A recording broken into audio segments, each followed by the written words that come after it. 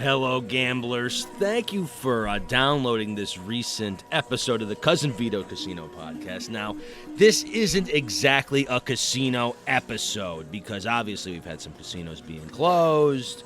It's been a long 2020 so far. Needless to say, my dreams of taking my beautiful baby boy to Atlantic City and having a nice family getaway have been dashed for the 2020 summer. But I have a little bit of gambling I've been doing. This isn't exactly a casino-oriented episode. It's about fantasy football, which has a gambling aspect to it, and specifically, this is about Dynasty Fantasy Football, which is basically just like your regular Dynasty League. You can play for $3 or, $50, $100, $200, $1,000, however much you want to play for. It's like fantasy football, but Dynasty, you draft your team and you keep your players, only adding rookies, so there's a lot of trading going on.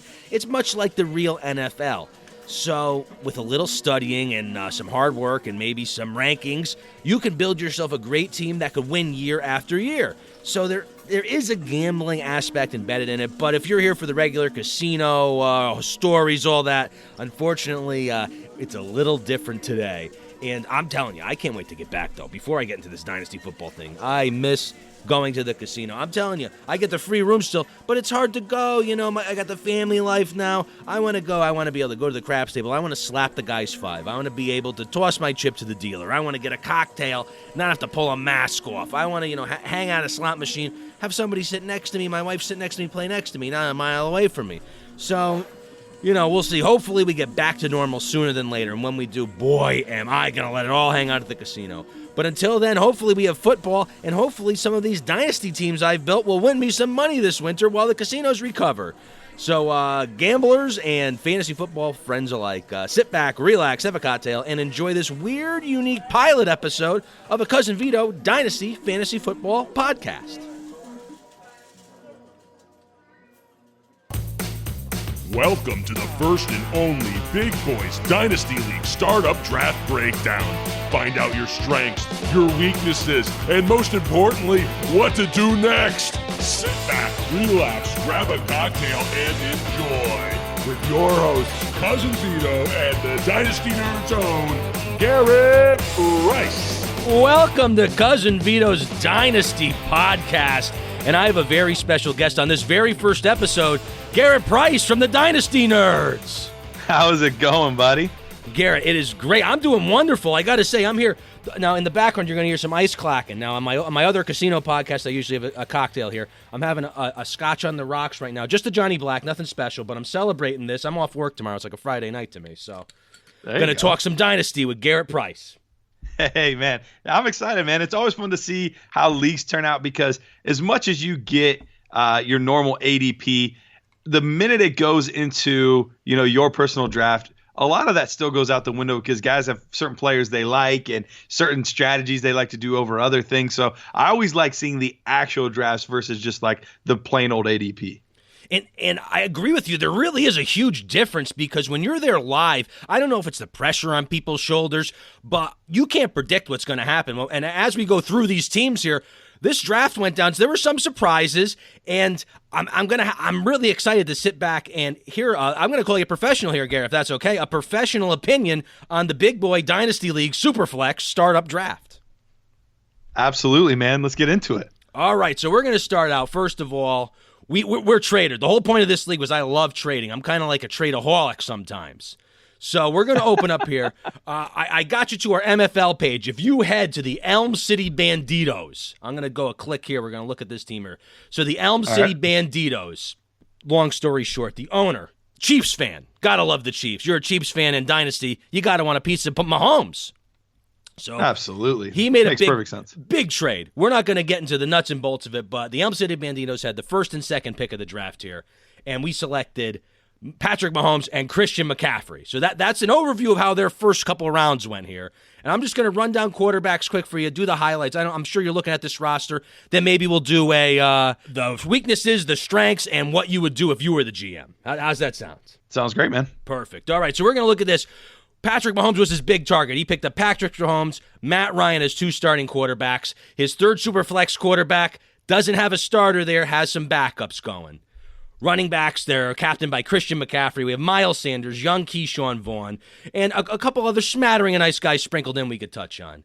Receivers, receiving core is missing that big number one, in my opinion, but we have a Keenan Allen there, Mecole Hardman, Devontae Parker, Anthony Miller. You got Laviska Shenault, a lot of nice middle-of-the-road receivers there. And tight end premium, we have Austin Hooper anchoring this tight end core. We have a lot of upside tight ends, but not a lot of guys who accomplished a lot. So walking out of the draft, Garrett, you're on the spot here. I'm sorry. I mean, you woke up today, you had no idea I'd be hassling you about this, but what are your thoughts on the Elm City Banditos here? So the Banditos, it's an interesting strategy. I've seen a lot of teams do this where they're like, look, I'm going to get a couple of these top guys.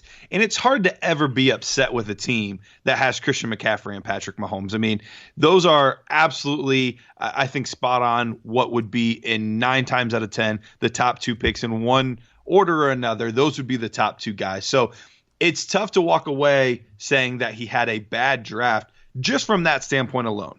However, for me personally, I'm usually the guy doing the opposite.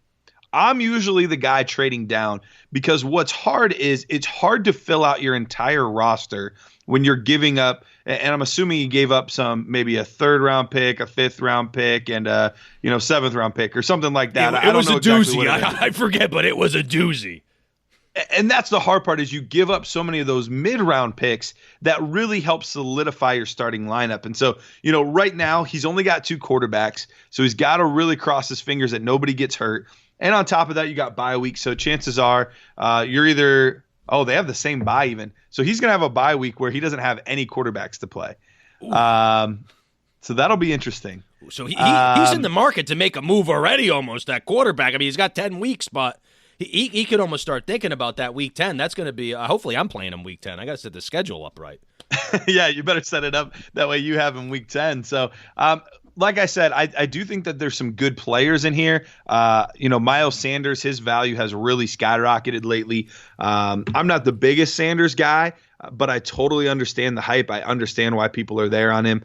Keshawn Vaughn's another player that I do like. I really liked his college tape. And if he ends up winning that job, which I definitely think he could do over Ronald Jones, who is a fine player. I think he's being undervalued by most people. But I do think Keshawn Vaughn's the better player overall. And I do think he's going to have a fair crack at getting that starting job in a Tom Brady offense. So, I like those 3 players there. But once again, he runs into depth. McCaffrey and Sanders are pretty sure things. Vaughn's a good upside play. But then, that's about it. Same thing once we get to the receivers. You have Keenan Allen as your main guy. And then you're kind of hoping that Devontae Parker repeats what he did second half of the season. We'll see now that Preston Williams is back, if the target share is there and whatnot. You really need Viska to step up, and you need Sammy Watkins to not get hurt. So, that's the hard part is in some of those running back, wide receiver positions, there's just not really a lot there to really be sure of. Another guy that could step up would be Mecole Hardman. But chances are either Mecole's taken away from Sammy or Sammy's taken away from Mecole. So that's going to be really interesting there.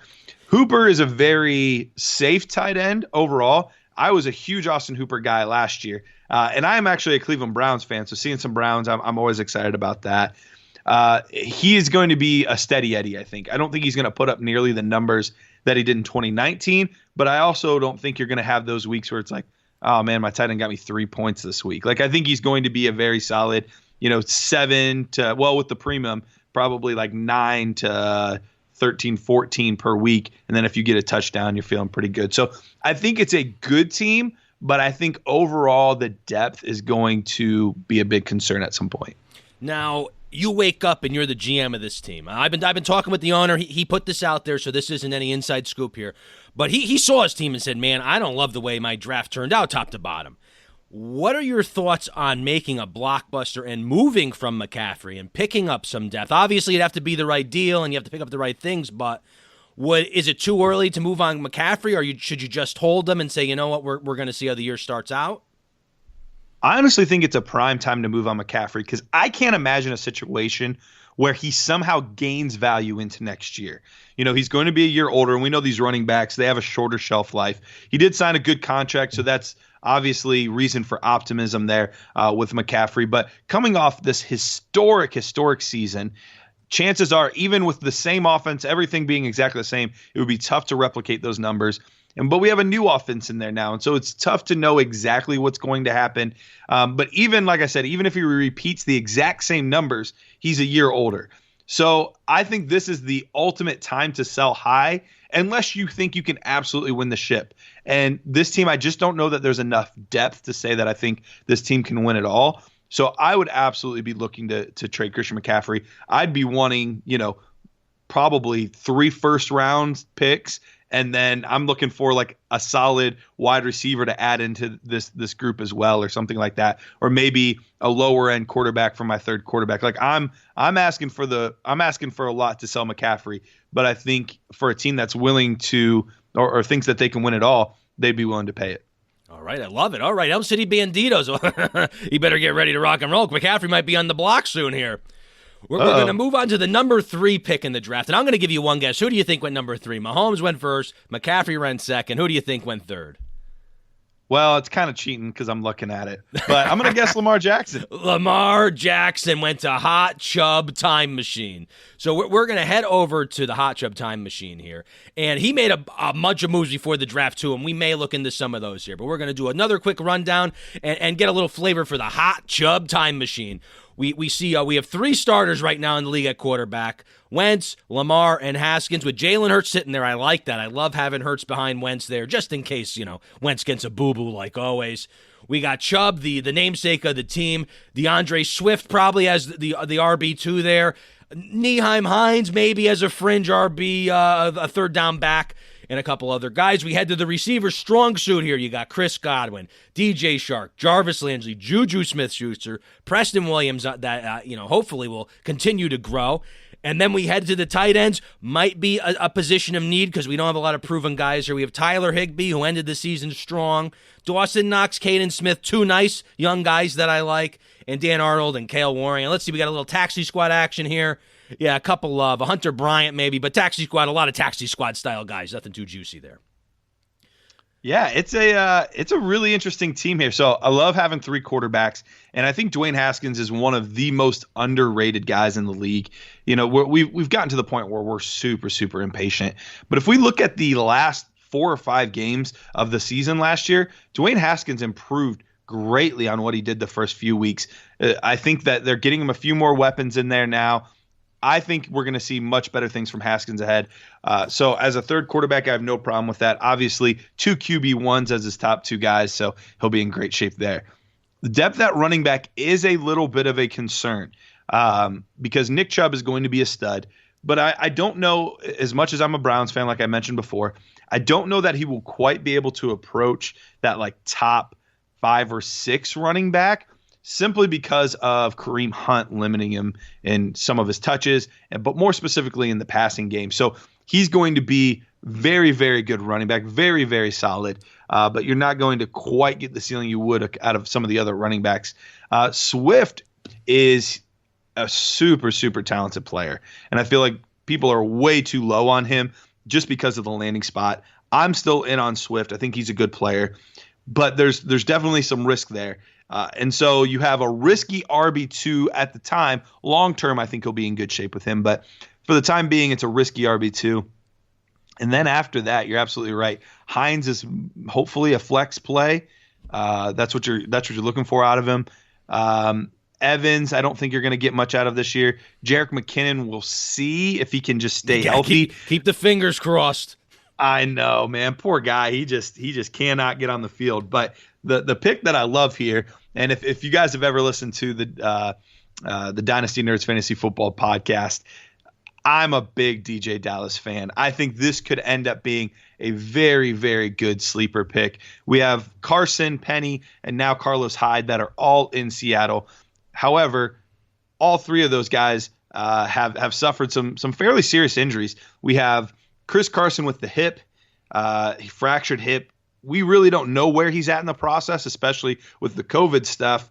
We're not getting the same reporting like we're normally getting, so it's really hard to say exactly where he is. Penny, it sounds like almost for sure will not be ready to start the year, might not even be able to play this year. And so they brought in a Jag, or at this point in his career, he's a Jag, and Carlos Hyde. And even he's coming off a torn labrum surgery. So there's a lot of iffiness in the backfield there. Dallas is a good kid, smart kid, and I think he's a very underrated football player, good in pass protection, didn't fumble the ball, good pass catcher. So a lot of those things that a coach would really like. And we know Pete Carroll is not afraid to just play whoever he thinks is the best player at the time. We've seen it over and over and over again. DJ Dallas could be the next iteration of that. Oh, especially Carson coming back. If there's no Penny, Carson's known to fumble the ball a little bit and cough it up, and true. Carroll will sit you. He don't care. Carson he's a monster, and he'll still sit Carson for whoever if he fumbles the ball. So we got some upside there. That might be a future solid running back core. Right now, you're saying you're starting Swift. You're hoping Swift gets out the gate, and it's not the Kerryon Johnson opening show here. But Swift's a guy that I missed on in a lot of drafts, and I don't have a share of him, and I really feel like he's going to be a big star just because of that. To be honest with you. Like you. And probably the strongest thing on the hot tub time machine here is this receiving core. He's got a lot of big end receivers, and he's been trying to make some trades to bolster that running back group using these receivers, but it's a tough time of year to trade these guys here. It is. I really like this strategy, though. It looks like, and I don't know for sure. I'm not able to. Well, I guess I could go through and look at every single pick. But what he looks like he probably did was just kept hammering best player available. And what happens sometimes is you do end up with kind of a plethora at one specific position, and that's kind of what he has here. I mean, Chris Godwin's a bona fide wide receiver 1. Then you have Chark, Landry, and Preston Williams, who could all be wide receiver 2s. And then Schuster, who knows, but we know his ceiling is absolutely, top 3 or 4 wide receiver in football fantasy points wise, but we also see the floor. So who knows? But I mean, he has 5-6 really, really talented wide receivers in there. I'm with him. I would try to make a move, hopefully to grab a running back with one of these guys. But worst case scenario, long term, I would much rather, I'll settle and take, Preston Williams, who I think is a significantly better player than trying to roll the dice with I can't even think of a good example off the top of my head. But, at that point in the draft, the running backs that are there are crappy. Yeah, they're not gonna, you're crossing your fingers either way when you're taking that running back. You're Duke Johnson or whoever might have been there at the time. Exactly. Yeah, that type of range. So at that point, take the best player available, and then you can always trade them later when they do more than that running back did or whatever. So then you're right. We get to the tight ends. It's kind of up in the air. Higbee, he ended the season really, really well. And a lot of times we're hearing, well, Everett started the year great, which is absolutely true. Everett did start the year great, but he was healthy for those last couple games there, and they were still really featuring Higbee. They gave him that contract. This is the last year of Everett's deal, so I think Everett's probably gone, and Higbee's the guy of the future. I think that's a really good move. And Dawson Knox is a really good upside guy, as well as Waring, that I'm a fan of. So overall, I think this is a much more solid all-around team. I don't think you have, obviously, what you're going to get in McCaffrey and Mahomes together, but I think overall I'd feel much more confident about this team making a playoff run than the previous one. Now, if there was one move you would do to this team, what would you bolster? Would it be sell a receiver, bolster running back, or maybe tight end premium? Is it the tight end? Because his quarterback and receivers are strong. Should he try and divide and conquer, or maybe sit still? I'm not selling anyone low, but if I can get good value for a guy like Smith-Schuster, get a good value for a guy like DJ Chark or something like that, I'm not touching Godwin unless someone just offers me the moon and the stars.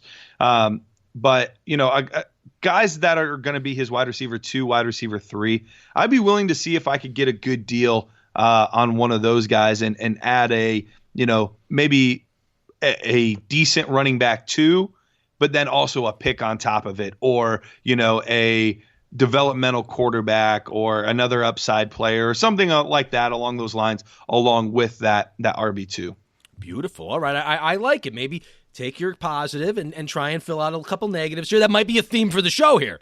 And we're going to jump to our next team here to move this right along. Pick 104. Not a big surprise. Saquon Barkley behind McCaffrey, almost everyone's favorite running back in the league. Big trust, woo-woo is where we're headed, Garrett. We're going to start with these quarterbacks. And actually, I was disappointed when Josh Allen was taken off the board because I was hoping to get him later. Well, you'll see how I ended up, but Josh Allen, Sam Darnold, Phillip Rivers are 3 current starters. You got a little Jacoby Brissett in there. You never know. Backing up Rivers, maybe Rivers gets a 40-year-old boo-boo. Not a bad plan.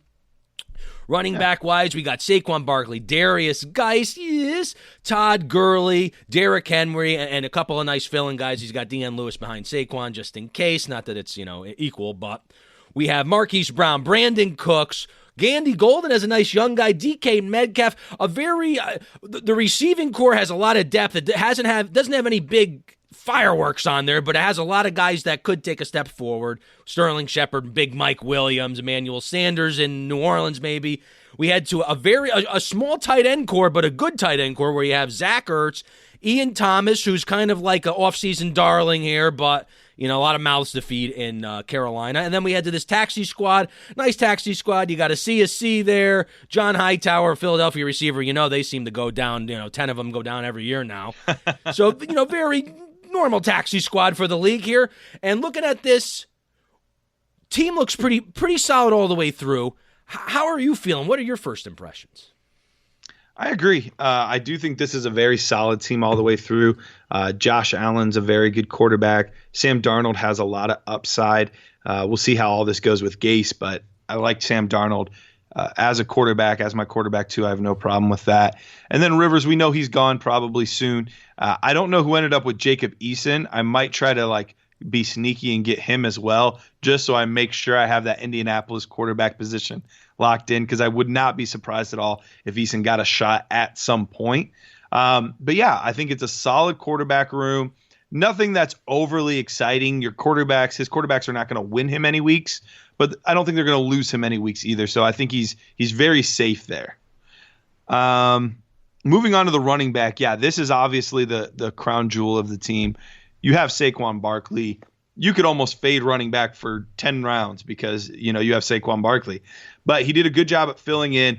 Todd Gurley, I think, is a very, very underrated player right now. I think he still has a couple good years left in those knees. And Atlanta, we see, even if he just does similar to what Freeman has done in the past, we know that can be a very, very productive role. Derrick Henry, absolute monster last year. I'm not the biggest Derrick Henry fan, but there's no denying that he will likely be an RB1 again, and dude's absolute stud. The hard part is on a given week, if Tennessee's defense isn't quite as good as it was last year, he could get game scripted out at times because he's not catching the ball as much. But overall, if he's your 2/3, you're feeling amazing. And Geis could absolutely be the linchpin for this entire team, really.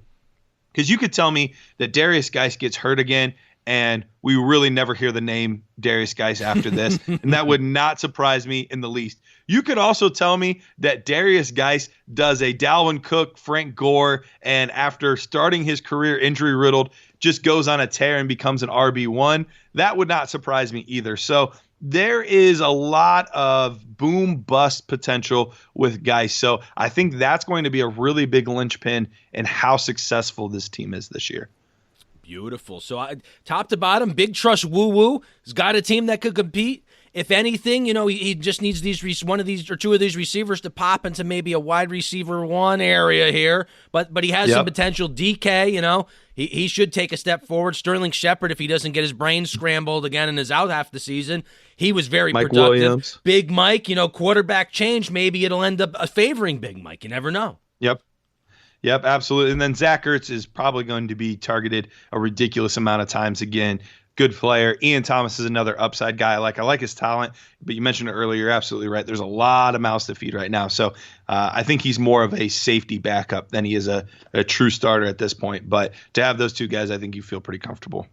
Beautiful. All right, big trust woo-woo. Not a bad review there. We are moving on to number. It was 105, and this is what broke my heart. This is why, Garrett, I traded out of the first round ahead of time, because I knew Guns and Baroses was going to take Kyler Murray 105. Now, I don't know if you ever do this in your drafts. I kind of try and research and talk to my league mates, see what they're feeling, try and talk to their friends, be like, all right, who do you think he's going? And once I heard, because I was at 108, and when I heard Kyler was going and I knew Mahomes and Lamar was going, I wanted to avoid having to decide between Kamara and Mixon. And I was trying to get out of that area there where I'm like, am I taking my Deshaun Watson here without Hopkins? Am I taking, I felt like at the 108 to 110, you really got a lot of decisions to make. And I'm too indecisive for it.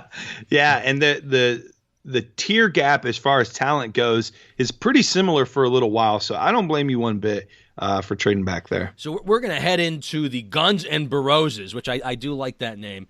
We have two young great quarterbacks, Kyler Murray and Joe Burrow. He has Tom Brady, who's got, surprisingly, at 40-something years old, has at least one more year left. Hopefully, we'll see two. Jameis Winston with a nice high upside, possibly next year with a Breeze retirement. You head to the running backs here. We have a little Austin Eckler, Sony Michel, Raheem Mostert. It gets a little bit, thin ice over here at running back, depending on how things shake out. Mostert's riding high here, but if we remember last year, he was kind of like a crapshoot guy also sometimes. We head down to the receivers, who, another nice, we got A.J. Brown here. You have Antonio Brown, who we're getting rumors of Antonio Brown to the Ravens or to the Seahawks. Or, there's not much to talk about, so, you can find rumors on anything, I guess. But that could be a big get there whenever he drafted him. Mike Evans sitting there, and a couple of nice young guys. Kendrick Bourne and Brandon Ayuk had some surprise value jump with the Deebo Samuel foot injury. Right. And we head down to these tight ends. We got Darren Waller, Irv Smith Jr., Cameron Brate, and Thaddeus Moss. Not a bad core, starting out. You got Waller, who was a tight end one last year, and a very nice taxi squad. You have you have two quarterbacks, Love and Fromm. You got Eno Benjamin and A.J. Dillon. So you have some potential for either late season or next season, an injury or attrition somehow. You could have some taxi squad guys you're moving up on this team. Yeah, I really like this team overall. It reminds me a little bit of how I tend to build my teams. So I think that's why I'm a little bit biased towards it. But in Superflex, I got to make sure I'm strong at the quarterback position. And he's absolutely strong at the quarterback position. You got Kyler, you got Joe Burrow. Tom Brady seems to just never go away. And every year it's like he's done. He's noodle arms back, and then Brady does it again. He does it again. And then you have, the most talented, at least for fantasy purposes anyway, the most talented backup in football right now in Jameis Winston. And we don't know how much longer Breeze is going to be there, or he could easily, after just signing this one-year deal, sign on with another team. So that's definitely a super high upside quarterback right there. And then Jordan Love at some point is going to get a shot to be a starting quarterback. We'll see how all of this shakes out with Rodgers and whatnot, but he's absolutely going to get a shot. So, you have three guys right now that are starting, but you have two more in the pipeline that could easily be starters in the near future. So love what they did there. I'm going to skip running backs for half a second. I'll come back to it. You have two really solid wide receivers. I like that you can pair up Mike Evans with Tom Brady. I am a tiny bit worried about Evans. And this is somewhat of a gut thing, so this is not like hashtag analysis as much as some of the other stuff I like. But I do worry a player of his style. He's not the most athletically gifted player, much more reliant on the contested catches. My worry is if he starts to age a little bit here, we could have a situation we saw with Des Bryant where he goes from, absolute stud wide receiver one to basically out of the league. Oof. I worry a ton. Gave me chills there, Garrett, thinking about that comparison a little bit. It makes me nervous. That's all I'm saying. Evans, he's Mr. Consistent. He's been all 1,000-yard seasons his whole career still, I think, right? I don't have the stats up. He's been incredible. He has been nothing short of incredible. So I am not hoping for it. I actually have a share or two of Mike Evans, so I'm not wishing for it. But you're a realist. It happens sometimes. It does, and specifically with that style of play, that's where I get a little, just a hair bit nervous. But we'll see. But overall, I think Mike Evans will still have a really, really great season. A.J. Brown, absolute darling of Dynasty right now. A little bit shallow at receiver because there's really not a third guy I overly trust at this point. So it's a little thin there, but I think your two main guys will carry you for the most part. And then, Darren Waller, everybody's talking about regression with Darren Waller, and I think it's overblown.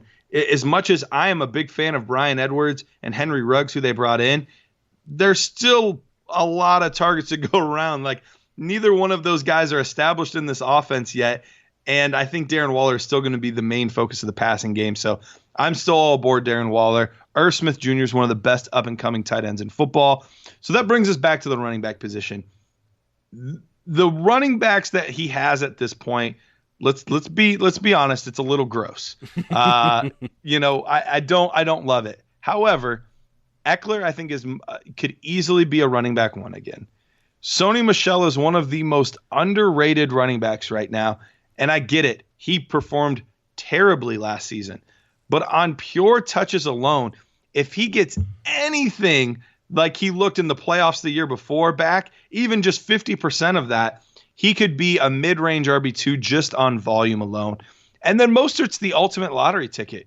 We really don't know how things are going to shake out with the San Francisco backfield, but if he gets the lion's share of the carries, I do think he'll be effective. So you also have Eno Benjamin and A.J. Dillon in there, some upside plays for later on. So as ugly as it looks at first glance, I don't think it's as bad as it looks. And the way this league's set up, it's two different running backs, and the other two, we have a flex and a super flex. So he's only got to start two. So really, if you got three guys that are healthy, you can survive this season. Yep, absolutely. All right, we're going to head down to the 106 pick, Neil O'Donnell's revenge. He took Ezekiel Elliott as his first pick, and I actually was trying to work a trade to get Zeke, and then I ended up just trading him Pollard because, I couldn't help but trading. So we're going to head and take a look at Neil O'Donnell's revenge. We have the quarterback position. We have Ryan Tannehill, Tyrod Taylor, Jimmy Garoppolo, Teddy Bridgewater. So you have 3 or 4 current starting quarterbacks. Tyrod, you could say, his days are probably numbered. We head down to the running backs here. We got a nice young Cam Akers, Gus Edwards, hanging in there with Mark Ingram, Zeke Elliott, Tony Pollard. So Jonathan Taylor's also in there. I almost skipped him. So Jonathan Taylor's a nice, 2 nice young rookies, actually, now that I'm looking at this team. You head to the receivers. Some interesting depth here. You have Julio Jones, A.J. Green, Crowder, Tyler Boyd, T.Y. Hilton. And of course we have last year's darling Dante Pettis on there, and you got D.D. Westbrook. Maybe one day he will pan out for you. And we head down to the tight ends. A lot of tight ends here. We got Jack Doyle, a starter, Travis Kelce, Vance McDonald, Drew Sample, who's been kind of hanging on, and Will Disley coming off the gruesome leg injury he had. But he's coming back, and he looked great when he was in there. So top to bottom, seems like a team you can at least get a very nice starting lineup out of. But Garrett, the main question of the night is, what are your thoughts? This team could be an early contender for one of the better teams in the league, I think. I am a little worried about age with some of the main players. Obviously, Zeke is a stud, and he could defy what we've seen out of most of the running backs lately. But we know that the shelf life is a tiny bit shorter. But at least for this season, he's going to eat. I mean, he's going to be a top 3 running back for this season. Jonathan Taylor is an absolute stud, and Cam Akers is a very boom-bust player. And Mark Ingram should, at least for part of the season, be very relevant. So good running back core, but it's led by a guy that is probably at his prime right now and probably trending in the wrong direction. And then your main wide receiver is in the same boat with Julio Jones. So that's why this is kind of risky, because then you go down to the tight end position, and your main tight end is kind of also in that same boat with Travis Kelce. So I would not be surprised at all if this team won the ship this year. But then I also would not be surprised if there was a rebuilding process after this. And actually what I'm noticing now is Zeke, Julio Jones, and Kelce all have Week 10 buys. So maybe I want to set the schedule and play maybe you want this team. Neil O'Donnell's revenge. So we got a very strong team top to bottom. We're looking at it. The running back core is nice because you kind of got a past, present, and future vibe with Ingram, Elliott, and Taylor here. So he's got a lot of excitement there. Quarterbacks, Teddy Bridgewater, if he works out, he's going to work out. Tannehill just signed a new deal. Garoppolo's, I have him in a couple leagues and I'm biting my nails, but he's still hanging in there. The team's successful. And Doyle and Kelce, Will Disley, younger guy, we'll see if he can stay healthy. So top to bottom, it seems like a really well-rounded squad. Garrett, any parting thoughts? Would you even do anything with this squad? Would you try? Because I have Julio in some leagues, and I'm torn. I have people offering me stuff for Julio, but it's like, it's hard to part with him for what you're getting because people are buying. They want to pay for an old receiver that's broken down, but I'm selling a guy that I think's, a top-tier receiver still. No, I absolutely think he is, and I still think he'll probably finish as a top 5, 6, 7 wide receiver on the season. So honestly, I would probably sit pat. And if anything, I would be maybe looking to make moves to solidify my place this season. But long term, it's really the wide receiver position I'm concerned about with age, because more than likely your top 3 receivers are Julio Jones, T.Y. Hilton, and A.J. Green. Now, Boyd, it'll be interesting to see what happens with Boyd and Green there. So Boyd could be one of those guys, but 2 years from now, all 3 of those guys could be out of the league. It's crazy. 3 years ago, T.Y., A.J. Green, and Julio would have been a serious three little squad there. Absolutely, absolutely. But I do love the sneaky Van Jefferson pick there. I think he's one of the more underrated guys in this class. 2nd round pick, but he's going at the tail end of the 2nd round in most rookie drafts I've seen, and often in the 3rd round of rookie drafts. So I think he's a very talented player. I think he's going to step into some of these roles that are eventually going to be left by either Robert Woods or Cooper Kupp. But I even think he's going to play enough this year with the departure of Brandon Cook. So I'm a big Van Jefferson guy. So I do like that pick there. All right, I love it. All right, there we go. Neil O'Donnell's revenge. We're moving on to the 107. Norm at the 107 picked Michael Thomas. You can't go wrong taking Michael Thomas in the 1st round if he falls to you. So you got to love that 1st round pick. We're going to run through the team quickly here. We got Russell Wilson, Ben Roethlisberger, Justin Herbert, P.J. Walker, who I don't have a lot of background on.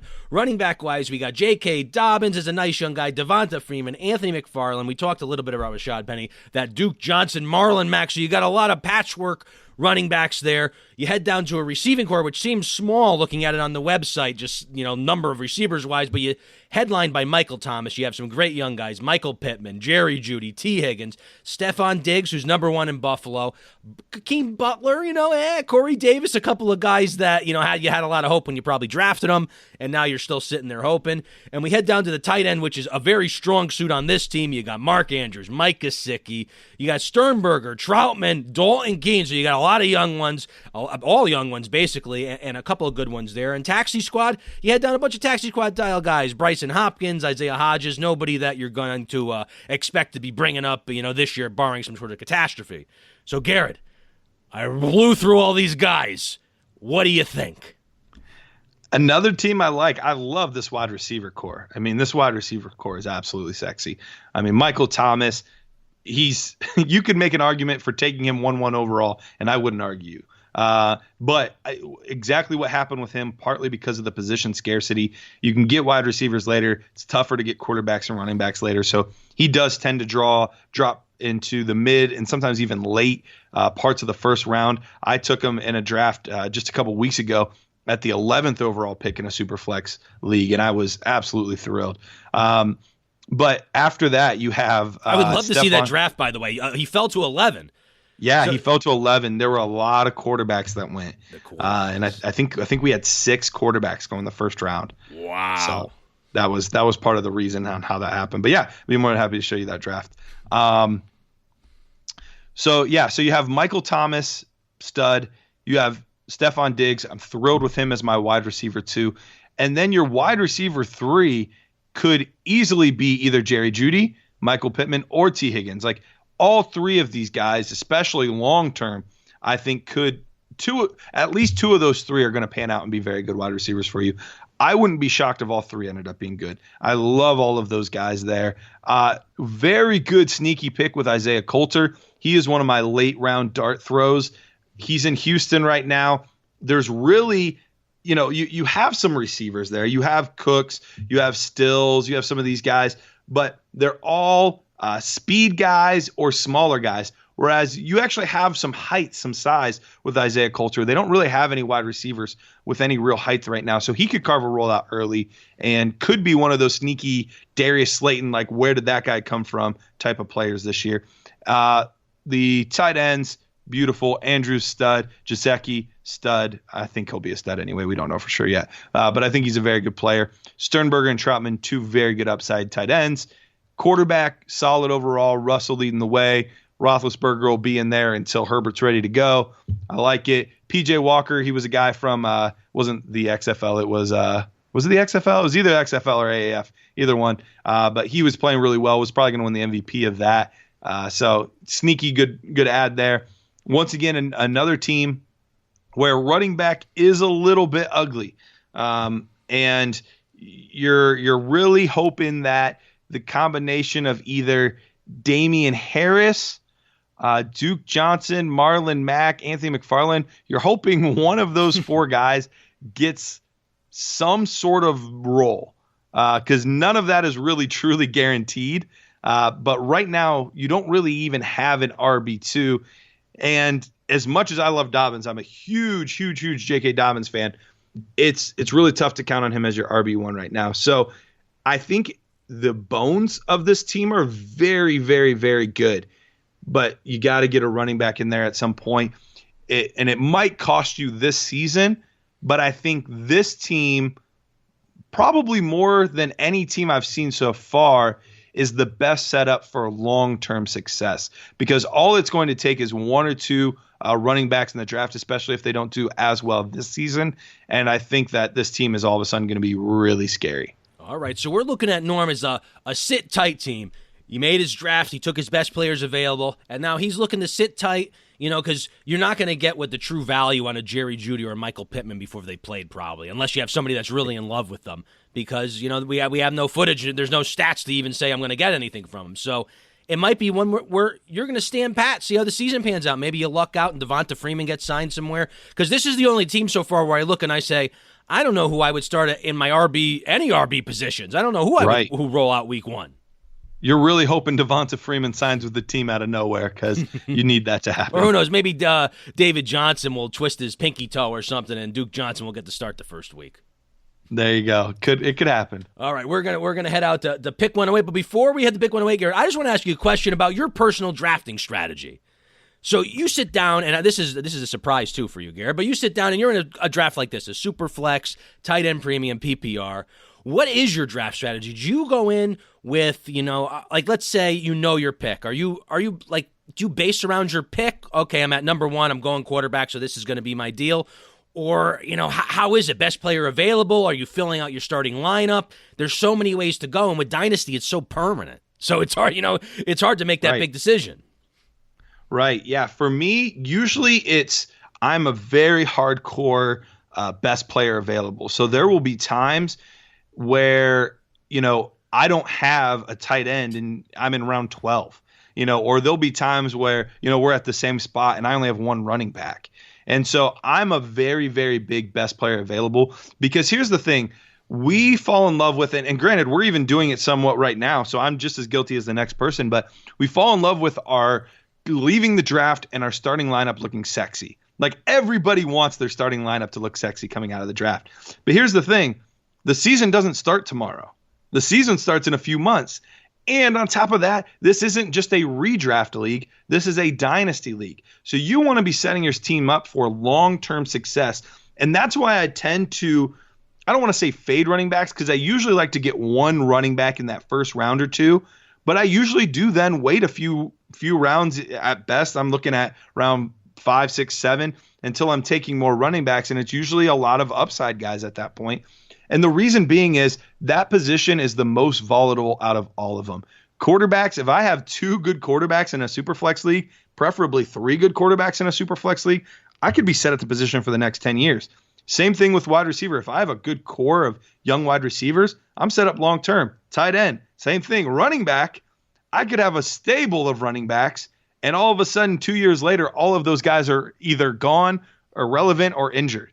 And so I tend to fade running back a little bit more than most. However, I'm still going value-based drafting. So if it's in that specific draft, running backs seem to be falling, I'm snatching up running backs. I'm still going the best player available.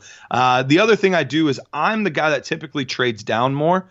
I find that I like to try to build my team more so in rounds 3 through 6 than anything else.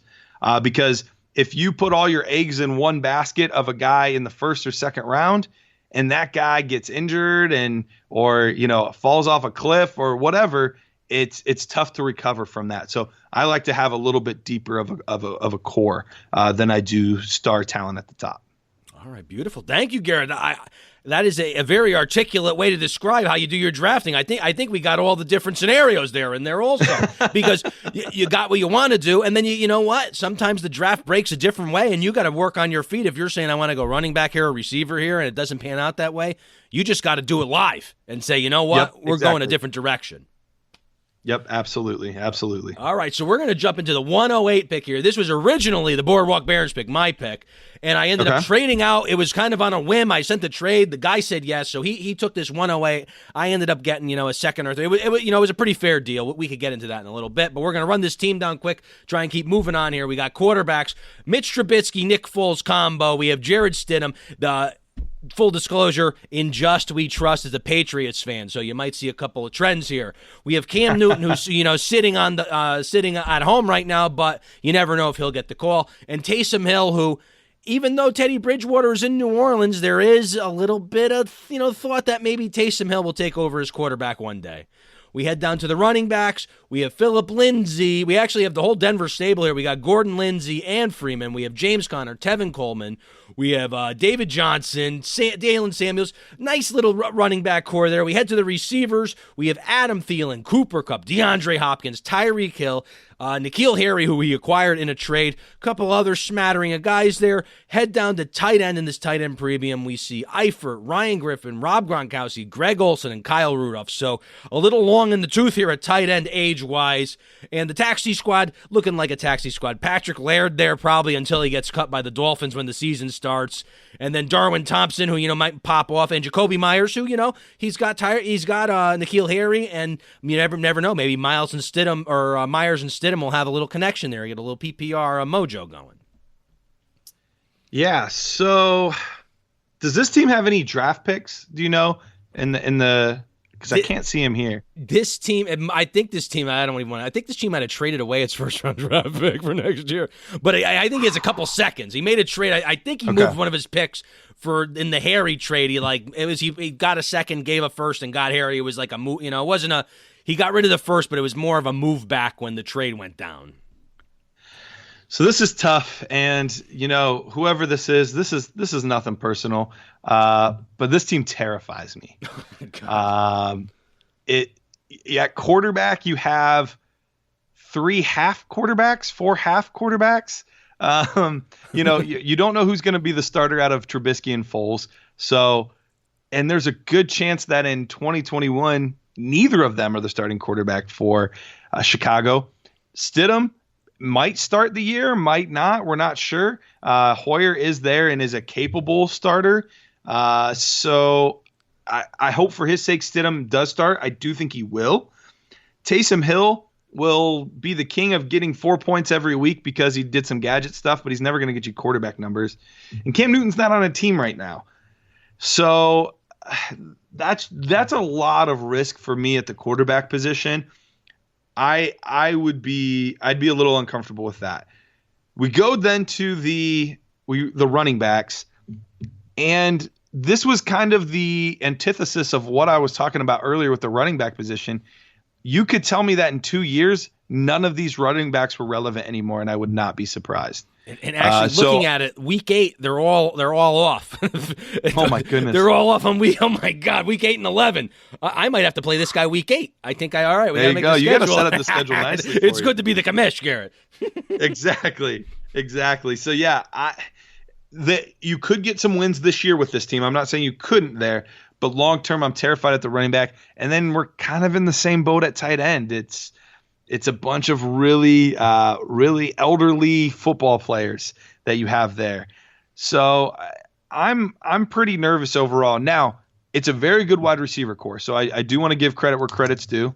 It is a very good wide receiver core. Tyreek Hill and DeAndre Hopkins together is pretty sexy. You have Kupp there, who's another good player. You have Adam Thielen, who's another good player. So, you have 4 really good wide receivers for this season. But once again, all of them are on the older end except for Hill. Everybody thinks Cooper Kupp's super young. He's 27. DeAndre Hopkins, 28. Thielen's 30 or 31.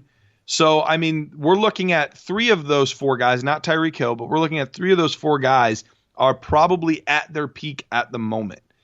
So it's tough. If this was a redraft team and single quarterback, I would love this team.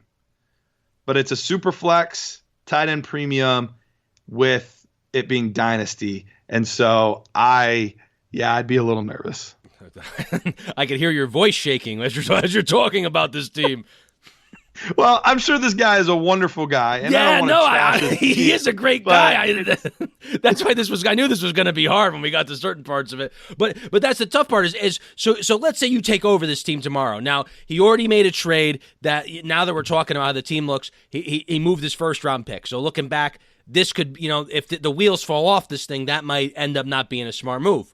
But he does have some nice older assets that, as this season moves on, if he isn't contending or, things just aren't working out and he's like, I'm going downhill, he does have some older receivers and older win-now type of guys that he could acquire some picks, maybe some rookies that haven't panned out yet and somebody's looking to move on. So that's the fun thing about Dynasty is there's always, you could always move forward somehow. Yep, absolutely. And that's probably what I would be looking to do, to be honest. Like, I would see how things are going a couple weeks in, but I would not hesitate at all to do, what we like to call the productive struggle, where I'm going to allow my team to suck, basically, more or less. But with one of those deals, before I start trading all my pieces, I'm trying to make my move to get my own pick back before that team sees that I'm throwing in the towel, because I want that pick back so that way, all my hard work of not doing well is not in vain. So I'm probably doing that, but then, I'm acquiring a lot of draft picks and I'm acquiring a lot of young players, because at this point, if you're a contending team, James Conner could absolutely have good value. Melvin Gordon, David Johnson, all 3 of those guys could have good value. Even Tevin Coleman, maybe, depending on how things go with San Francisco. And then, you're going to get a buttload for DeAndre Hopkins. You're going to get a buttload for Cooper Kupp. You'll get a good amount for Thielen. Tyreek Hill, I would try not to trade. That's the one piece I would kind of like to hold on to if I could. But if not, if I'm getting too many picks and too many good players for him, everything's for sale. And then, any tight end can go. I have no problem with that. And even in a situation where maybe he get back a bench quarterback or that Jordan Love, or maybe he could work a deal for one of these starting guys that, maybe in a couple of years he won't want anymore, and get some quarterback depth here, because I'm a Bears fan, and I'm telling you, to me, I call Mitch Trubisky Mitch Turchitsky. So I have very, very little confidence, and I'm a Bears fan. I would love for him. How many years I wanted Jay Cutler to be Joe Montana? Me rooting for you does nothing, though, unfortunately. Hey, I'm a Browns fan, so I can't say much. Oh, you're probably worse off than I am. I saw one Super Bowl in my lifetime, so I got that going for me. Yeah, I'm just crossing my fingers and praying I see the playoffs. You and me both. Hey, you never know. Maybe it's a couple of wild card teams here. We're going to head to the 109, Deshaun of the Dead, and why wouldn't the first pick be Deshaun Watson now? Very good. We're going to get to the roster right here. This was part of the reason I traded out of the 108 is because I couldn't decide between Tyreek, Deshaun Watson, Hopkins, and I pretty much knew who the top 7 were going to be. And then I sat at 8 and said, what the hell am I going to do at 8? So it's Deshaun Watson, a top-tier quarterback.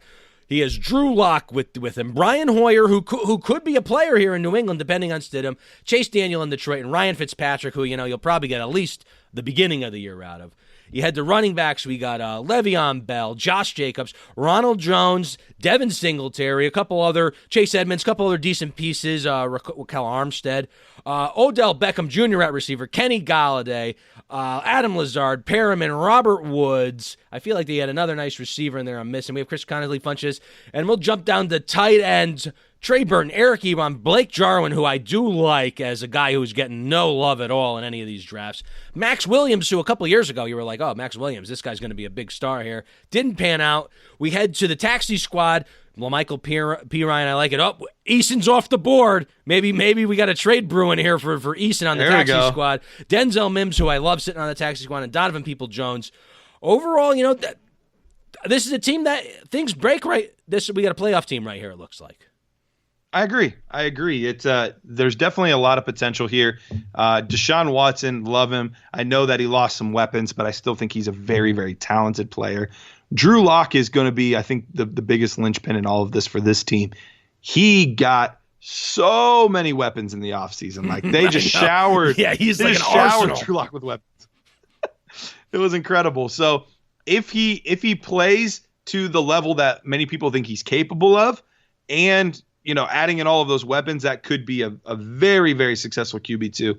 And then I think you're probably going to get some Fitzpatrick starting, some Hoyer starting. So between the two, hopefully you have a third quarterback in there. Running back is very meh. Le'Veon Bell is probably at the end here, but he could end up he was still running back 13 last year, so he's definitely still relevant. We'll see what happens with Gase. The offensive line did get a little bit better in the draft, so hopefully he can sneak back in as an RB1 one last time for this team. I'm a big Josh Jacobs fan. Like I said earlier, Ronald Jones I think is underrated. Devin Singletary is another one that'll be really, really interesting to see what happens, how the workload splits between him and Zach Moss. The last sneaky play, actually there's two sneaky players at this position that he has here. Raekwon Armstead could be very, very interesting. Not because I think he is this amazing talent by any means, but we know that Jacksonville is basically doing what we talked about with the team before. They basically want to do the productive struggle. They tried to trade away every talented player they could in the offseason or even during the season last year, and I think they're more or less tanking. I would not be shocked if Fournette got traded at some point, and if so, you could find yourself with another starting running back in the playoffs. So he's sneaky. And then as much as I like Drake, and I do think Drake is a good player in Arizona, nothing is firmly established there just yet. And when Edmonds got the call, he actually did look pretty good. So both of those guys, sneaky players. And nice receiving core, it looks like, too. It does. When you have OBJ, Kenny Golladay as your two main guys, you're looking great. And then the always overlooked, underrated Robert Woods is sexy as a wide receiver 3. Love him as a wide receiver 3. I'm totally fine with him as my wide receiver 2 because I think he'll produce high-end wide receiver 2 numbers like he does basically every year. So after that, it gets a little bit thin. Rashad Perriman could end up having a good season. Same thing with Lazard. So there's some upside players. Sanu could be sneaky. So I have no problem with the rest of that there, but you kind of have a big 3 overall. And then, yeah, I'm also a Blake Jarwin guy for the Dallas Cowboys.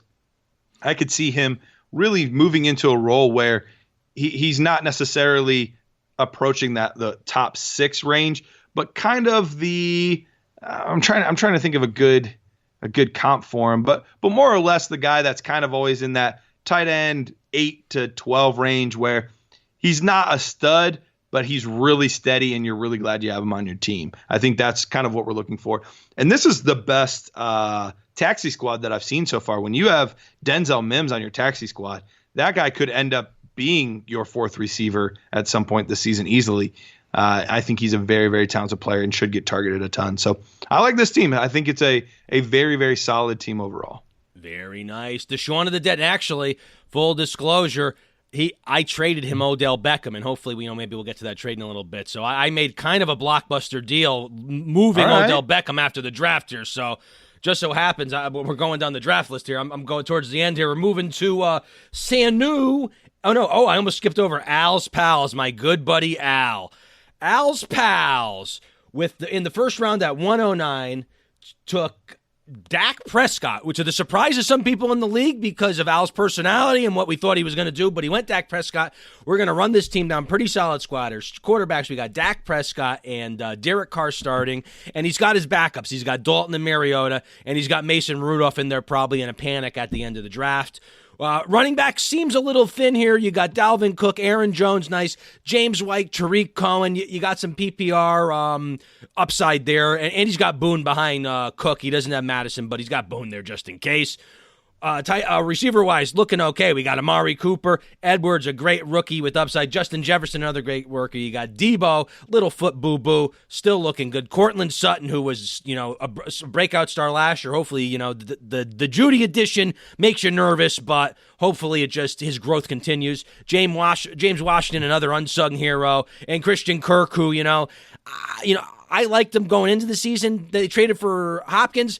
I still kind of like him about the same because I feel like, that kind of helps him a little bit, maybe get a nice floor because Hopkins is going to be taking a lot of eyes off him. You head to the tight ends here. He has two great young tight ends, TJ Hockenson, Noah Fant, who he actually made a move and traded for Noah Fant.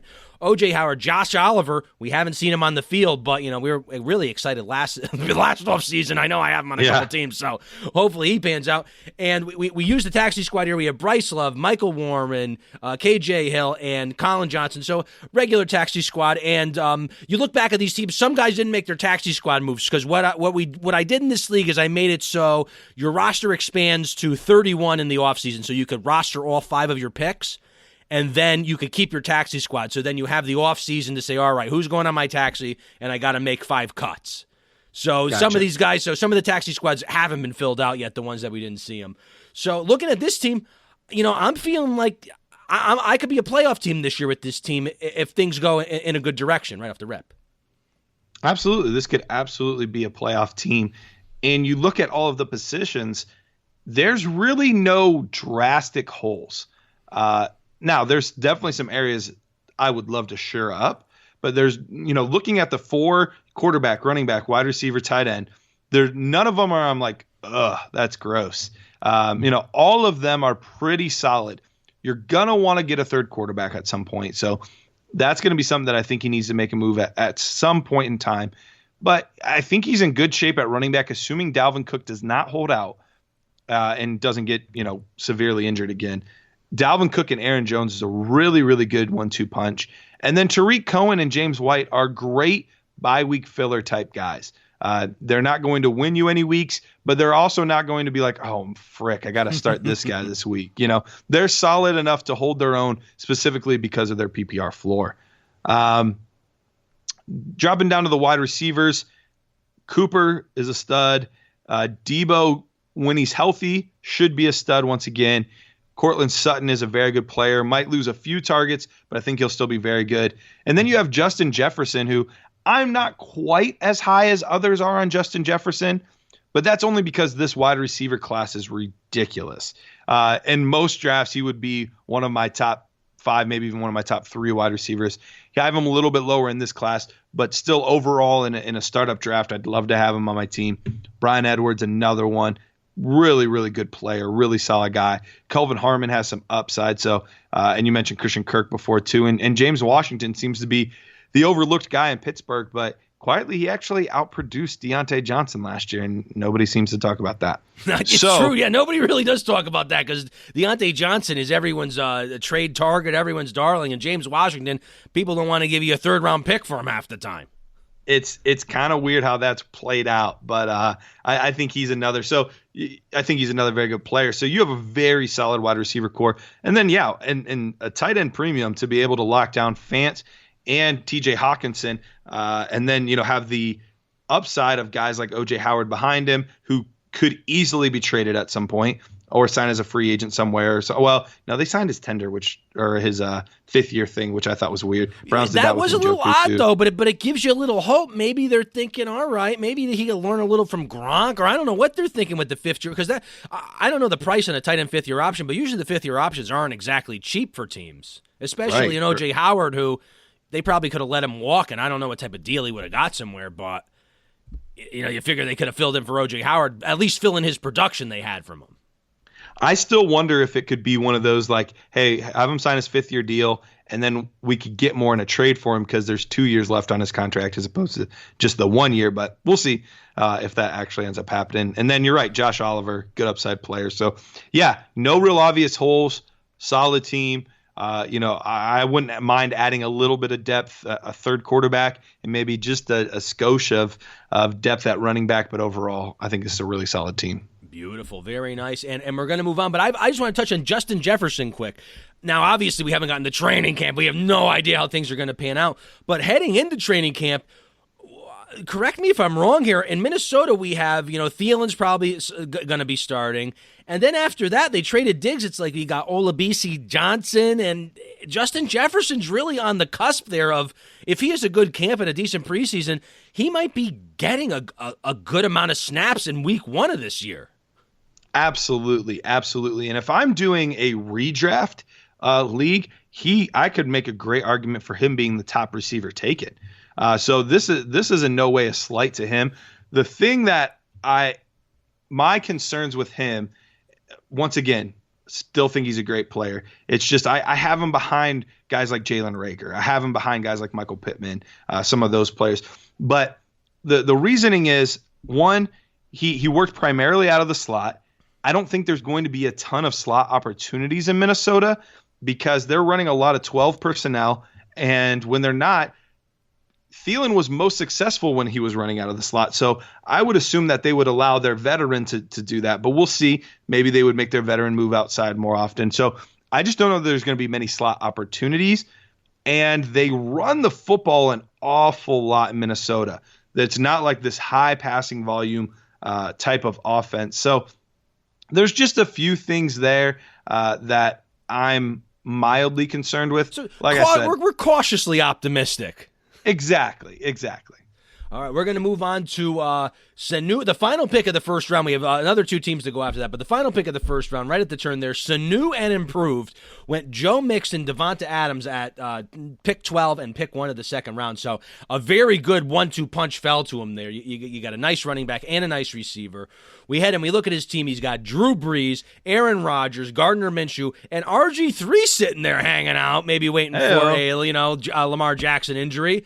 Running back wise, we got Chris Carson, Kenyon Drake, Kareem Hunt, Kerryon Johnson, Joe Mixon. You got Jamal Williams and Gio in there as a little depth. Receiver, we got a lot of receivers sitting here. We got Devontae Adams, John Brown. I'm going to try to name the starters here. Julian Edelman. Marquise Goodwin with the trade to Philly is a big question mark. Alshon Jeffrey with the, Liz Frank, I think, is a question mark here. Tyler Lockett's a nice solid receiver. And Golden Tate's a guy that, to win a championship year, he seems to have some good upside in New York. And tight end wise, you could make a debate that tight end's going to be a high priority for this team. You got Jared Cook, who seemingly would be on his final year, a nice touchdown guy, low volume though in a tight end premium. You got Gerald Everett, who started last season really hot. It's cooled off. You got Cole Kmet, nice rookie tight end for the Bears, and I would love him if he weren't a Chicago Bear. And then we got Colby Parkinson here, who I don't actually know much about, but with Will Disley's injury history, it seems like having a Seattle tight end might not be the worst idea. I guess he's sitting behind Olsen and Disley at this point. So, Garrett, first impressions of the Sanu and improved. And I don't even think Mohamed Sanu's on this team, actually. I do not believe he is. No, I don't know. So, wherever it came from, we don't know. But you know what?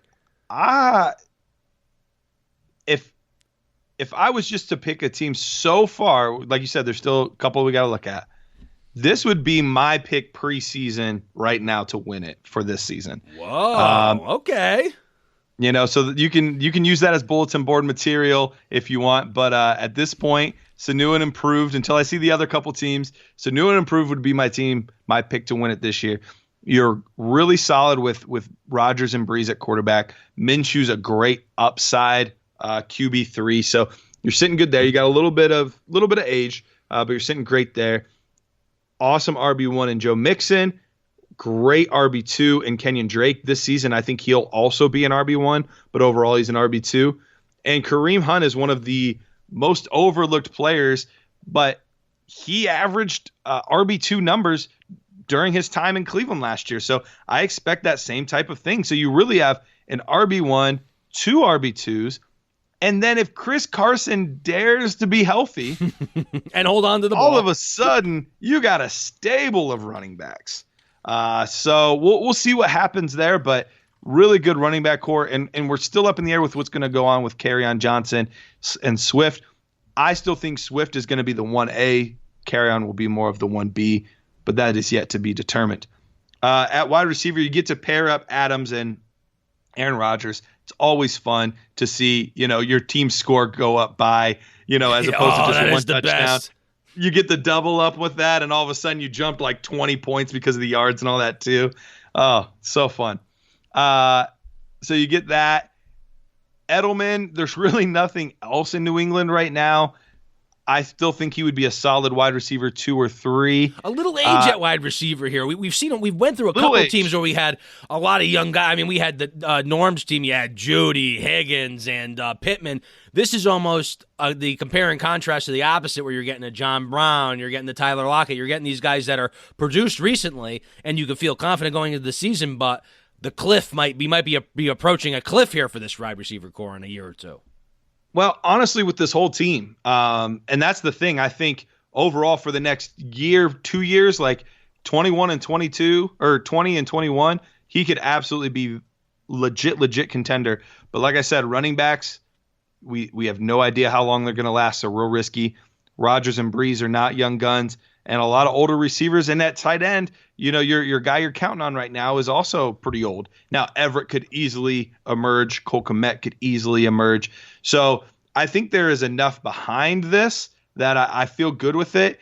And I like the players at the positions that he has right now. So, but I do think that, this is more of a team that's a win now team, more so than built for long sustained success. But this would be my pick at the moment to win it this year. All right. Well, Garrett, you got 2 powerhouses next. Actually, I'm technically the next guy here. I guess I'll do. Okay. I'll do myself last. How about that? Okay. We'll go last. The next. Are we saving the best for last? The best for last. Well, hopefully, I feel like it's the best. That was the whole.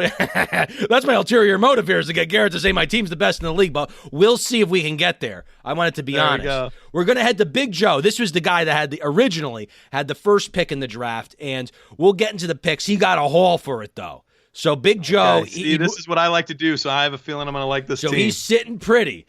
Now we're going to head down here. We got quarterback-wise, you got Stafford, Goff as current starters. You got Tua there and Josh Rosen. So he's got, Fitzpatrick. He's hoping Fitzpatrick retires, and then he's got both quarterbacks in Miami going into the season.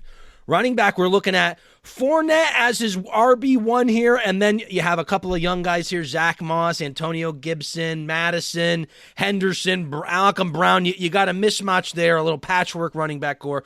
Receiving core, you're looking pretty nice here. We got Ruggs, Ridley, DJ Moore, CeeDee Lamb, Deontay Johnson, Michael Gallup. You got Paris Campbell, Miles Boykin, Robbie Anderson. You got a lot of guys here. This guy is more receivers that could start than some couple teams combined, I would say.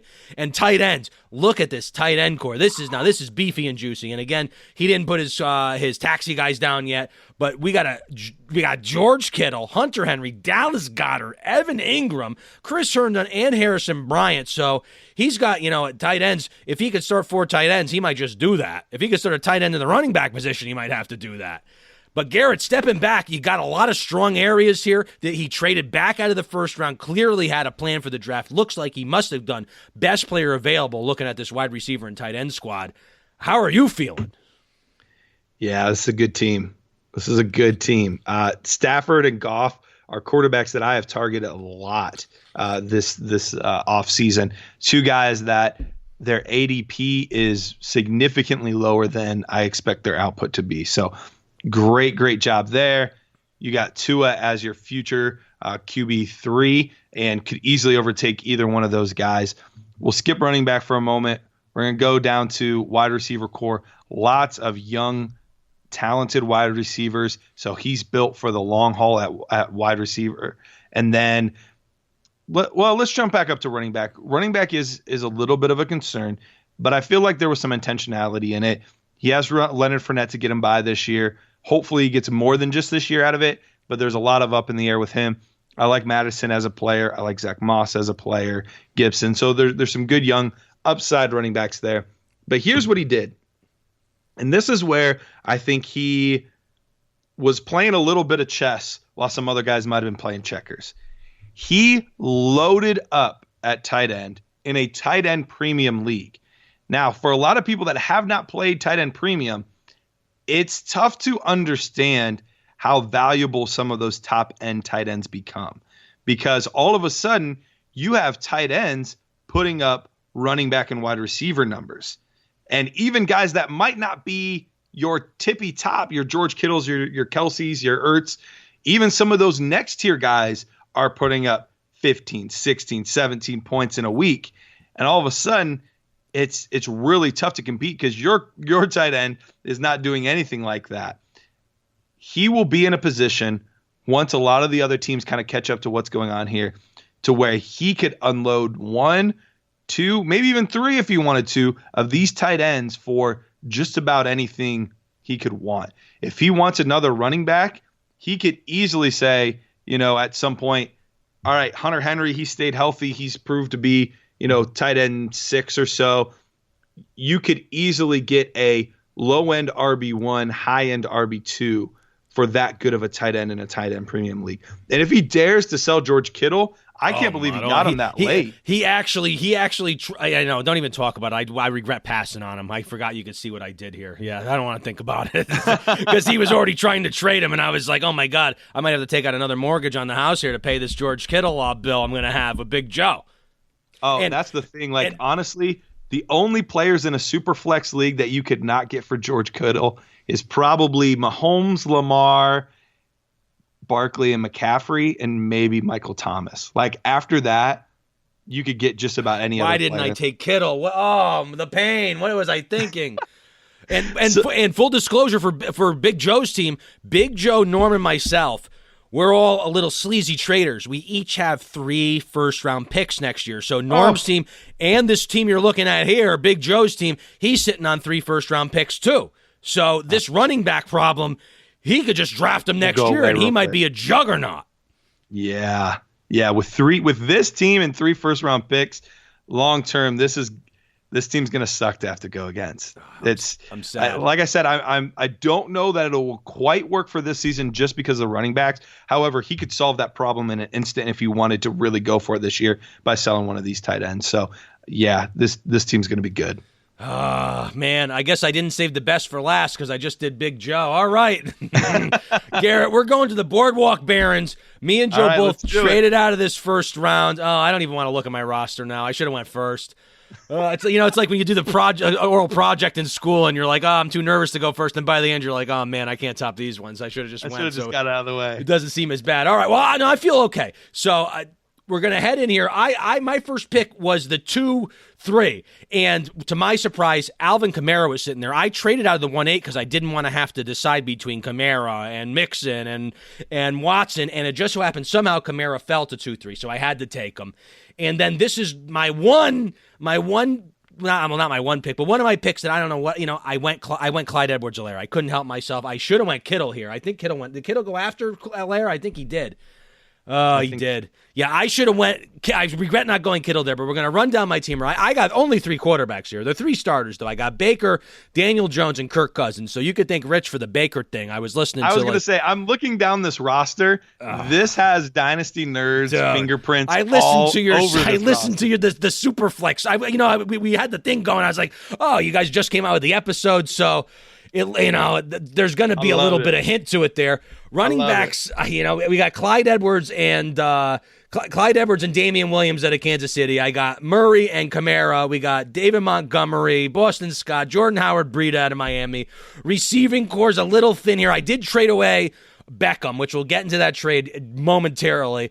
But, I got Rager, McLaurin, Robinson, Darius Slayton, Curtis Samuel. I scooped up Whiteside and Cobb late. Marvin Jones is a guy, hopefully, I could start in my wide receiver position this year. Tight end, I'm also kind of don't have a bunch of guys. I got 2 young guys. I got Hurst, who's, young comparatively, I guess, mid to late 20s, but, went to a new team in Atlanta. Hopefully we'll have a lot of targets. We got Jonnu Smith. Jimmy Graham, as a Bears fan, our tight ends always stink. He's going to stink, but I figured, I was, the end of the draft, or like, what am I going to do? Might as well have a hometown boy. Yeah, and then I did my taxi squad move this morning because and this is giving away my strategy here to my other league mates who are going to hear this.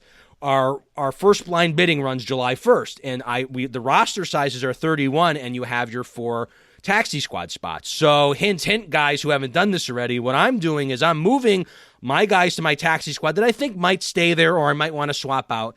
And I'm going to try and fill up my roster with blind bidding with some of those guys that might break out in training camp, or maybe a backup to my quarterback or a backup to a receiver or something like that, to fill up my roster so I have more guys for cuts. So that's a free tip to anyone who didn't do that yet in the league.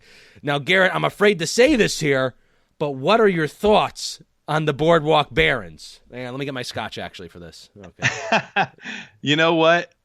When I said that there were Dynasty Nerds fingerprints all over this, that was definitely a compliment. Because you are sitting in a great spot at quarterback. Baker should have a great bounce back season.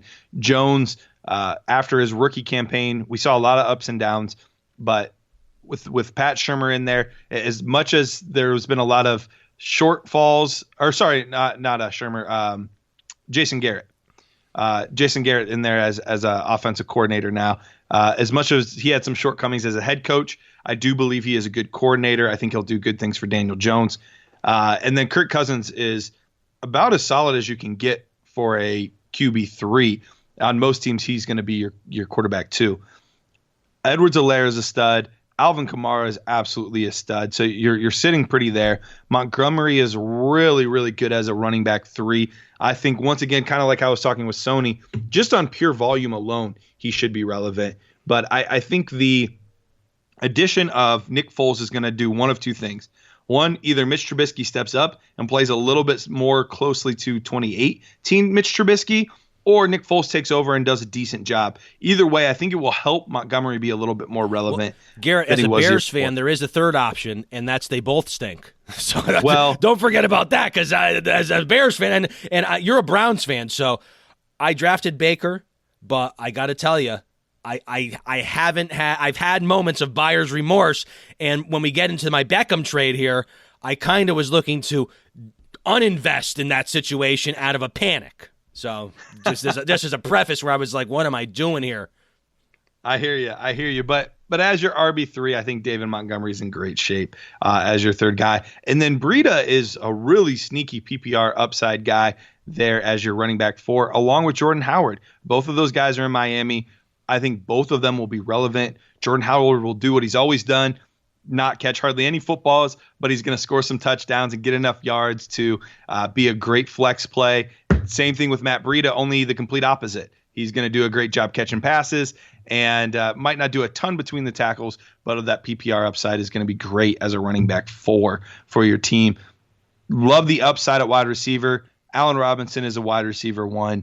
Terry McLaurin, I think, could approach that very soon. I think right now he's a solid wide receiver 2. Rager has really good upside. We know how I feel about my boy Darius Slayton. He's got some crazy upside. And then you have guys like John Ross, Curtis Samuel, Jay Jaw, that are much more lottery tickets, much more upside plays.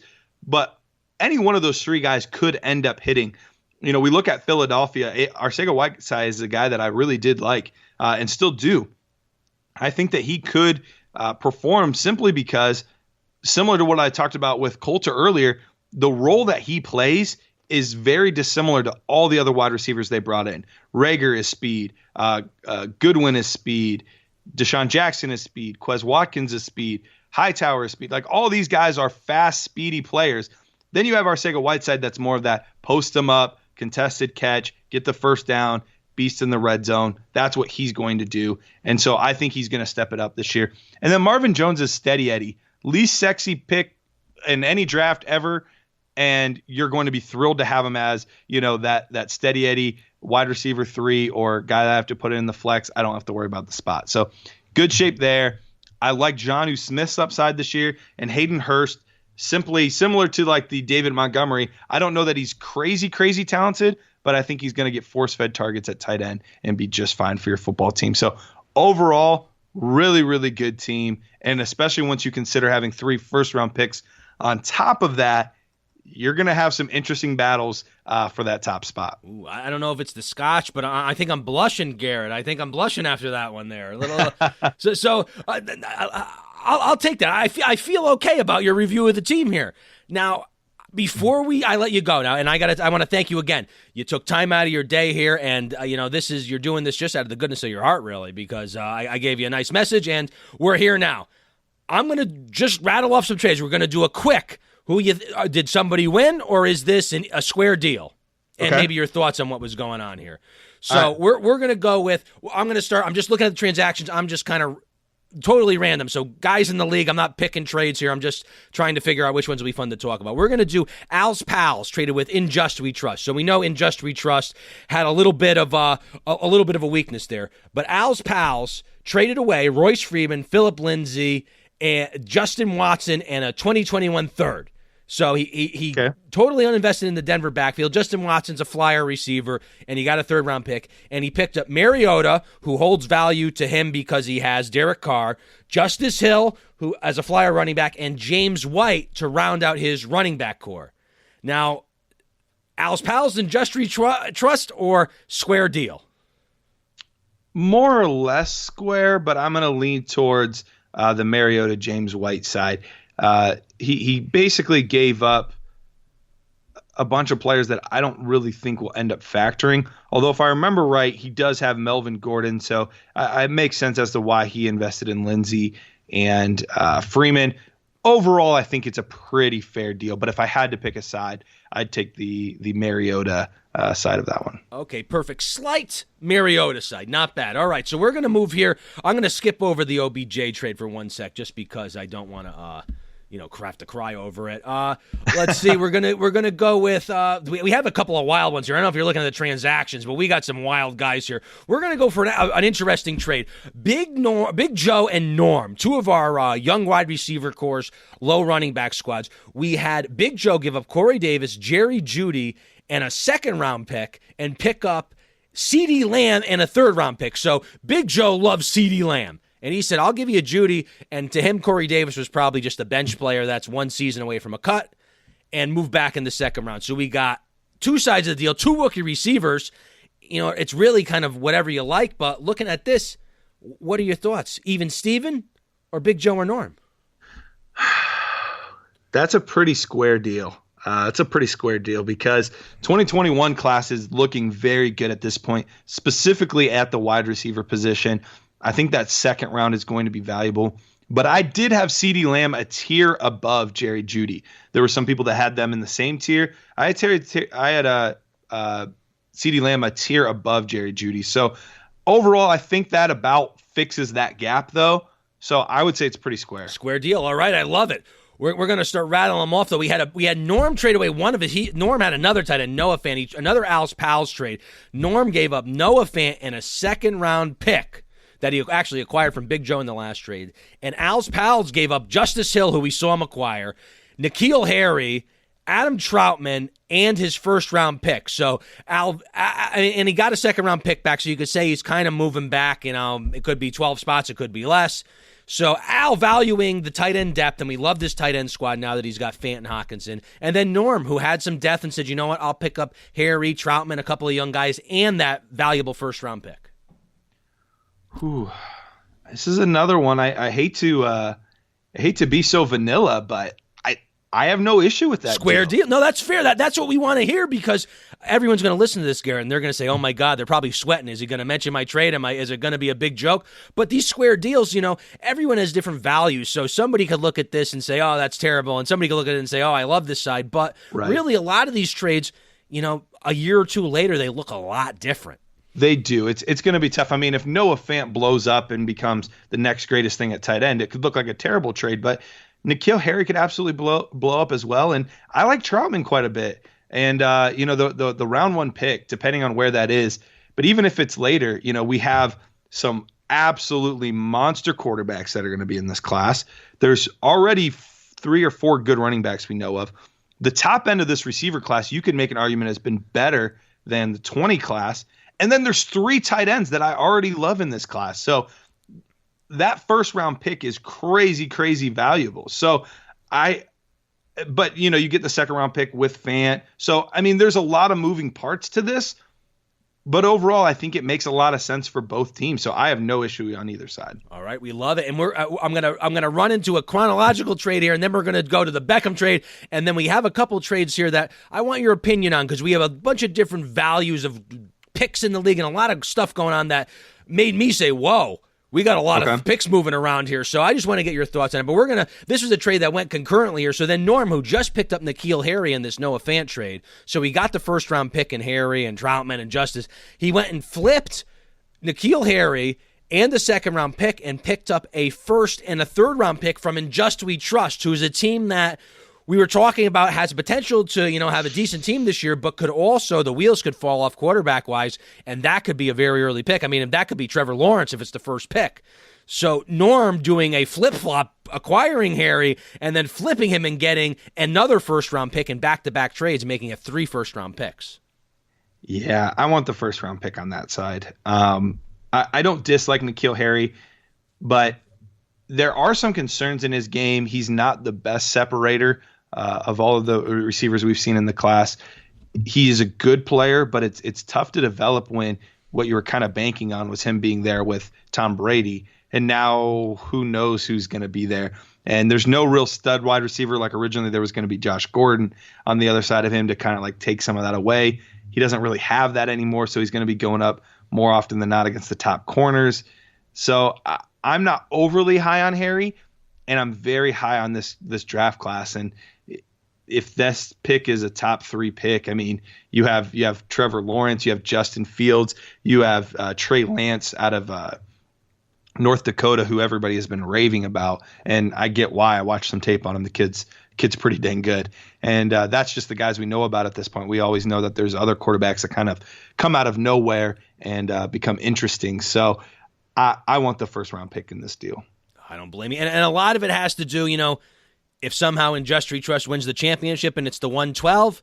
Maybe we look back and say, "Oh, that was a good trade," But yeah, absolutely. It all really depends. That's the fun of trading the picks. So I'm gonna do my big trade here, my Odell Beckham trade, and then I got a couple of trades where I had guys in the league trade a lot of late round picks, and a lot of picks went back and forth. And I just want to get your opinion on it because as dynasty football players, everybody values players differently and values picks differently, but the main thing is you're always learning and growing every season and realizing, I made a mistake here, I got to do this differently, or I need to get one of these. So this is more of a cautionary tale trades coming up here, and hopefully this might be a cautionary tale trade for me. So I traded Odell Beckham Jr. I traded away LaMichael P. Ryan, Odell Beckham Jr., Rashard Higgins, who I actually forgot was even in the trade, and a 4th-round pick for David Montgomery, Latavius Murray, which was my Camara insurance to give you a little extra value for him I had, Darius Slayton to get my Daniel Jones connection going in case I get 2 young guys there, and then I picked up a first from Shaun of the Dead.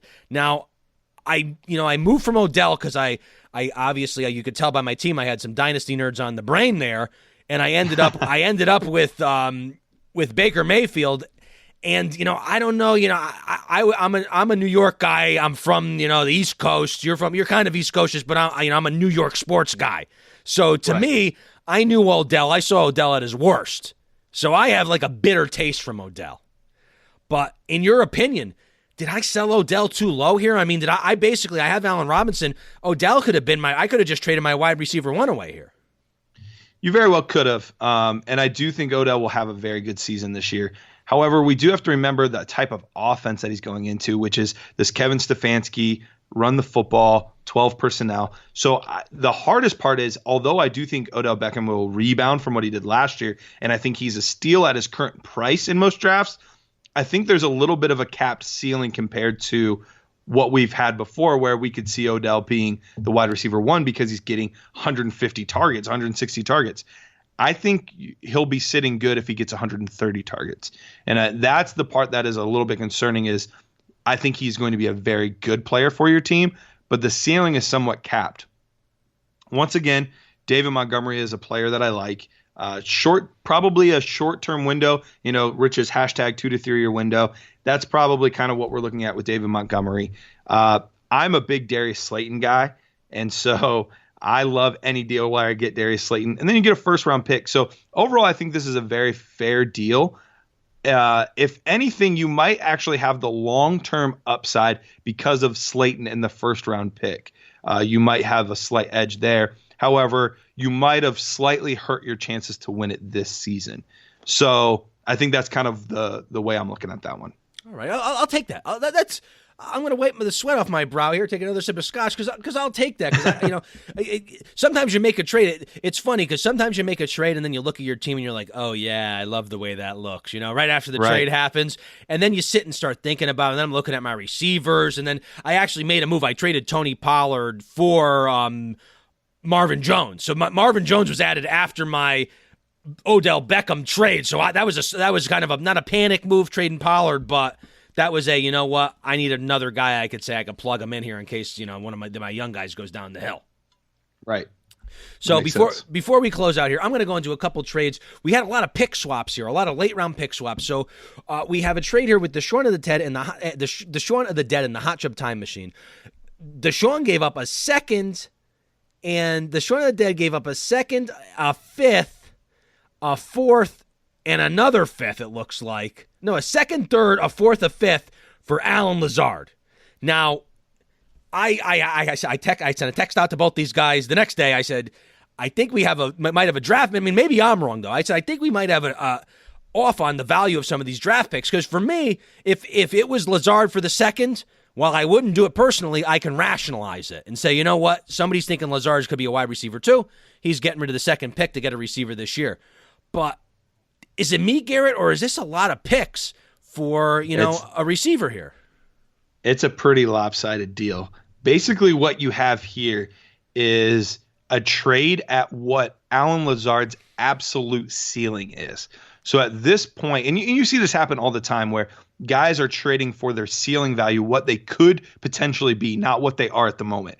So what he's basically trading for is Allen Lazard's going to be the wide receiver 2 in Green Bay, and he's going to put up 900 yards and get 7 touchdowns, and he's going to be a really solid flex play for me this year, or maybe even a wide receiver 3 at times. That's basically what you're doing in this deal, is you're trading for that. The problem is right now, we don't know that Lazard is that guy. Is that in the realm of possibility? Sure. However, we've seen often what's kind of happened with this wide receiver 2 thing in Green Bay, and it's really been pretty ugly since we've had the Jordy Nelson and Randall Cobb duo. Lazard's not a guy with a lot of draft capital. He might not even have any. He might have been undrafted. I'd have to go back and look. And you're giving up a ton of picks in, once again, a class that we think is going to be very good. So I would not have done that deal. If it was the 2021 third straight up for Allen Lazard, good deal. I'm good with that. But you also got a second, fourth, and fifth with it. So, and that's an asset that you might not miss immediately, but those picks are assets you start missing as the season grows on, and you're looking at where they might be, and you're getting towards the off season, and you're like, what? Because that's the funny thing about the draft picks in Dynasty is all players fluctuate, but the draft picks really have a.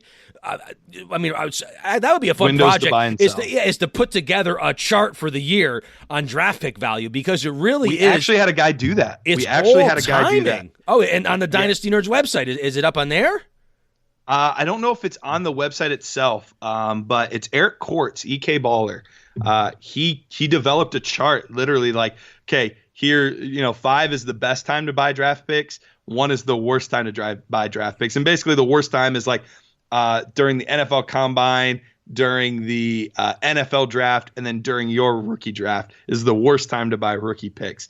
And then, it kind of fluctuates throughout in there and then in the season and whatnot. So, but yeah, it was a really good chart that he put together.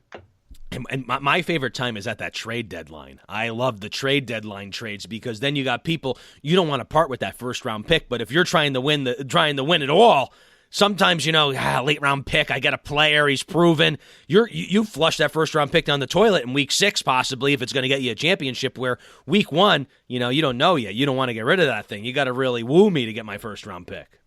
Right, exactly. And just to follow up before we head out here, so Hot Chub Time Machine won that trade. He gave up Allen Lazard, got all those picks, and then a couple days later, we had a Big Joe traded with the Hot Chub Time Machine, and it went almost the pendulum swung back, where Big Joe, who we already talked about as a nice stacked squad, gave up Nyheim Hines. So he had a thin wide receiver or running back core when we looked at it. He made it even thinner giving up Hines, and he received Cole Beasley, the second round pick, the third round pick, and the fourth round pick that the Hot Chub Time Machine got for Lazard. So in a way, Hot Chub Time Machine traded Lazard for Hines in a fifth, which is a pretty square deal, I would say. So, yeah, that worked out. So overall, while the Hot Tub Time Machine won the first trade, and probably, we're going to get into it, probably didn't win the second trade, he ended up, square on the two trades if you put them together. Right. Big Joe was the one that really ended up making out because, although Nyheim Hines is somebody I would take slightly ahead of Lazard, he's still not worth Cole Beasley, who there's not much there, but he could be a desperation bye week fill-in if you really needed him to be. But once again, getting all of those draft picks for a guy that you hope is going to be used a lot in the passing game, because we know he's not going to be used in the rushing game at all. And I'm still not convinced that Jonathan Taylor isn't more utilized in the passing game than people will think. So, you're hoping for 60 catches, 70 catches. Realistically, it could be more like 45, 50. And if that's the case, then it looks pretty rough. And the tough thing is, these late round draft picks. Now, sometimes when you're sitting there in the 4th or 5th round, or even the 3rd round, and you're picking guys, you're like, I guess I'll take this guy. All right, I'll take him. And sometimes you're excited, but a lot of these picks, when you're trying to wheel and deal in the season, having these extra picks is so valuable as trade sweeteners. That's one thing that I feel like, that's the value of the picks is in the players, but also there's the value in the picks as these trade sweeteners where, it's sometimes thrown in that 3rd round pick is what teeters that deal into an accept, because it gives that person that's trading something away that little lot, that it is that lotto ticket. It's that, that little casino gambling aspect of saying, you know what, and I'm getting a couple chips to cash in down the road.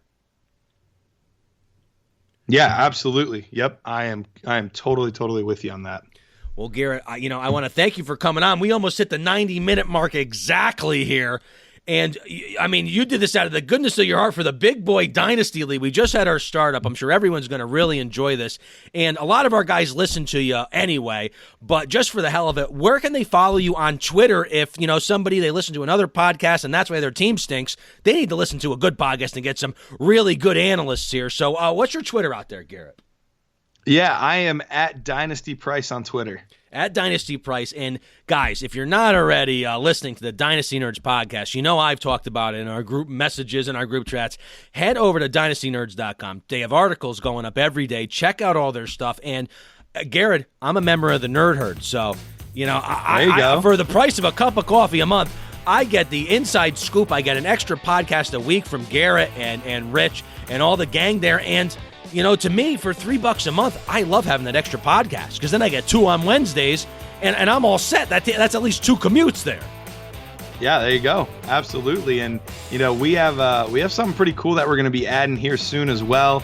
You got the film room in there if you enjoy watching rookie tape and some of that kind of stuff. And then the rankings are always helpful, too, for, some of these trades, like how far apart are these guys and some of that kind of stuff. So yeah, there's a lot for just a few bucks there.